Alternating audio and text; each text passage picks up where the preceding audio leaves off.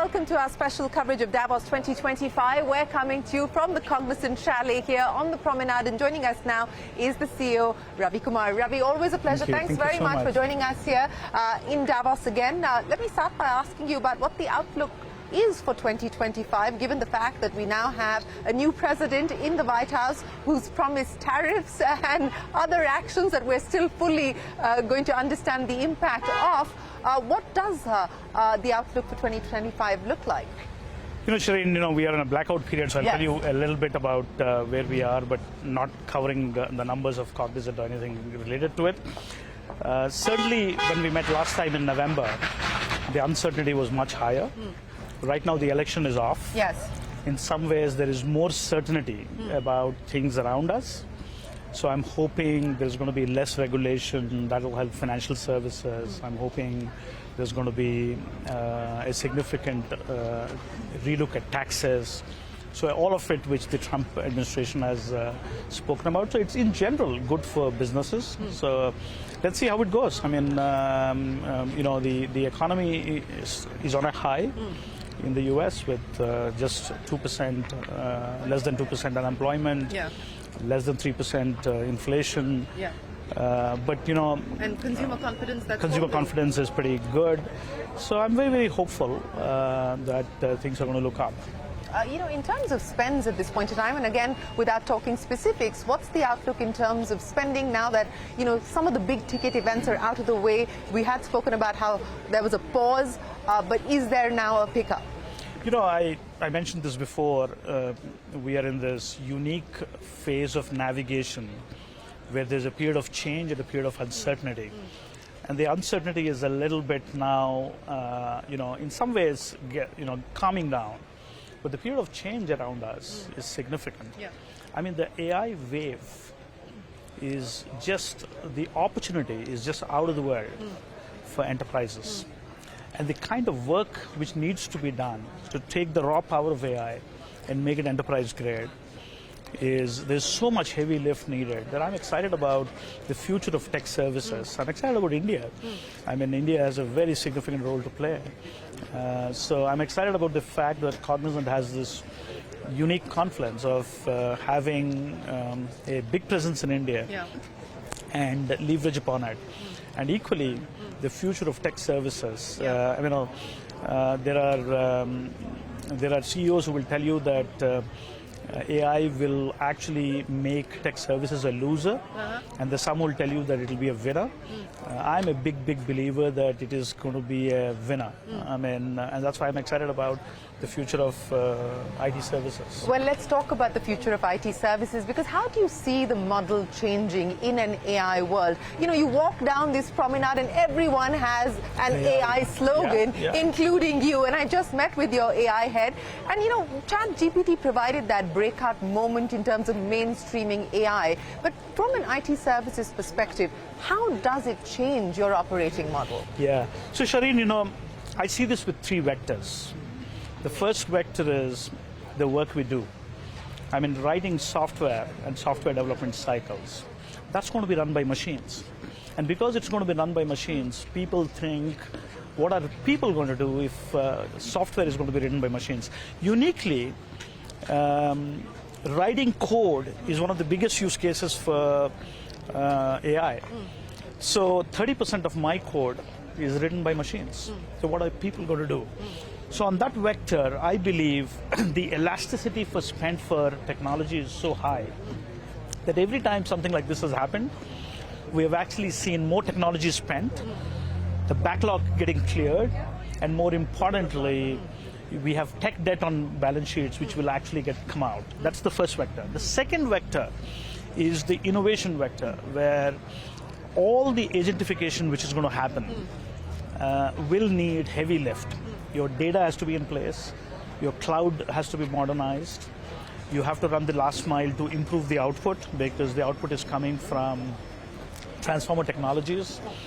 You have to make it responsible, so you have to make, because the output is black box, you have to make it explainable, you have to make it traceable. you have to govern it. All of that is a heavy lift. And then finally you have to agentify it.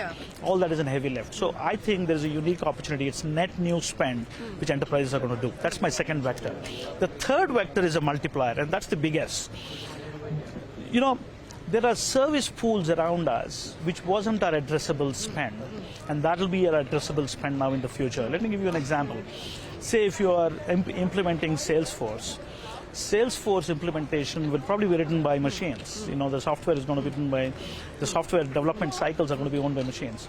But imagine what happened before. For $1 of software, $2 of services was implemented. Right now, we have this unique opportunity where the service pools around Salesforce, suppose you take Salesforce as a function, look at the service pools. People are inputting sales leads. People are writing forecasts. People are taking out analytics. People are keep punching in leads. All of that was not available for companies like us. It was insourced. It was actually done by people. Right now, the art of taking all that service pools and translating that to software. So I call it service as a software versus software as a service. And that service as a software is going to be a force multiplier. If the world we were in was X, that'll be 5 to 6 times in every function in the company. There was unstructured data, which can now be read by LLMs, and you could create insights and generate a lot of momentum. Let's take recruiting as a function. Recruiting as a function, if I had to do it in my old way, I would probably implement Workday or implement Oracle or implement SAP. That was my universe. Right now, my universe is very different. My universe is I can take over that function and analytically use AI to look at services which weren't our addressable pool, to look at services which humans didn't do because they couldn't capture the unstructured data. So the opportunity now on the third vector of taking services and translating them to software, I think is probably the biggest opportunity.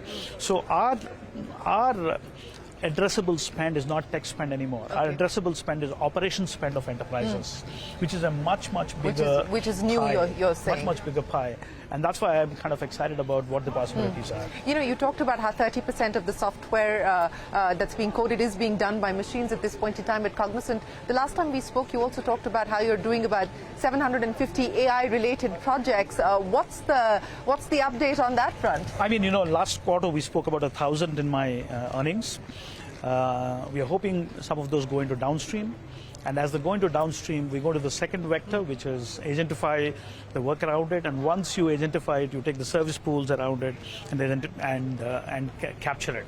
So I'm excited about it. So it is a force multiplier. Every quarter you're going to see the numbers go up. Let's talk about why you're excited about India. And by the way, congratulations on winning the Pravasi Bharati Award as well. You were in India for a day for the same. But why are you excited about India from an AI perspective? I mean, India is, you know, it's positioned in such a unique way. And I'm going to push this into 4 broad things. First, look at the demographics. 25% of the incremental workforce in the next decade is going to come from India. India is going to be the office of the world. You and I discussed about it. And in fact, with this agentification, you see these new service pools, specialized work outside of technology. And already the GCCs are doing it. I mean, 1/3 of the work, 1/3 of the exports in India today is from GCCs. The GCCs are already in that process. So you're going to see a lot of new specialized work coming in. So that's a big game changer. I would believe the 5 million IT professionals which work in India is probably going to be 10 million by 2030. Let's take the second big thing which I'm excited about in India. India's digital stack, the India stack, is transaction-based, population-grade, and the amount of data which is there, I mean, that's the foundation on how you build AI models. So that unique opportunity to digitize and diffuse so efficiently, even to rural India, to a farmer in rural India, I think is going to be fascinating. That's the second piece which I am excited about. The third piece, I would say, is the energy transition which is going to go through in India, is going through at a time when the combination of per per capita increase of consumption and new sources are going to come together. That's going to be a ton of money which is going to be spent, and specifically capex. India is also going to be the consumer of the world because right now the per capita GDP is roughly around 2,500. At 2,500, you're going to see a hockey stick of consumerism, and I'm hoping that that's going to create a trigger of consumer spend in India. I mean, the number of households which actually earn roughly $35,000 will go from 5 million to 25 million is what the forecast is. That's going to create consumerism, and that's going to create more data and more opportunities for the power AI. So, if you put all this together, and I also believe that we're going to go from a globalized world to a bipolar world, or a world which is more heterogeneous, if I may. And if that happens, I think a portion of the manufacturing ecosystem is also going to be transitioning to India. So putting all this together, I mean, you think you really think it's a very comprehensive story for the economy. I mean, the IMF has literally yesterday said 6.5% is the growth for India. So we are excited. I mean, 250,000 people, 250,000 employees of Cognizant work out of India. We are moving into tier 2 cities. We opened in Indore, we opened in Bhubaneswar, we opened in Gift City. We just announced. We are continuing to go to places where people are versus bringing them to places where work is. So it is 2/3 of my workforce. That's where the heart of the company is. Well, since you are in your silent period, we cannot talk specific numbers, but I want to understand from you, in terms of the turnaround that you embarked on when you took over at Cognizant, are you halfway done? Are you closer to getting it done? Where do you find yourself? I mean, I'm on track. As I've always been saying, we want to be in the winner's circle at some point of time, and I'm continuing to be on that journey. I'm excited about finishing 2 years at Cognizant, and looking forward to taking this company back into the winner's circle. Well, we wish you the very best of luck with that, Ravi. Always a pleasure. Thanks very much for joining us here in Davos on CNBC-TV18. Well, that was the Cognizant view on what could potentially change for the IT services model in an AI era, and of course why Ravi is excited on both AI and its power as well as India. We will take a break here, but the conversations will continue. Don't go anywhere. We're back in a moment with more on CNBC-TV18.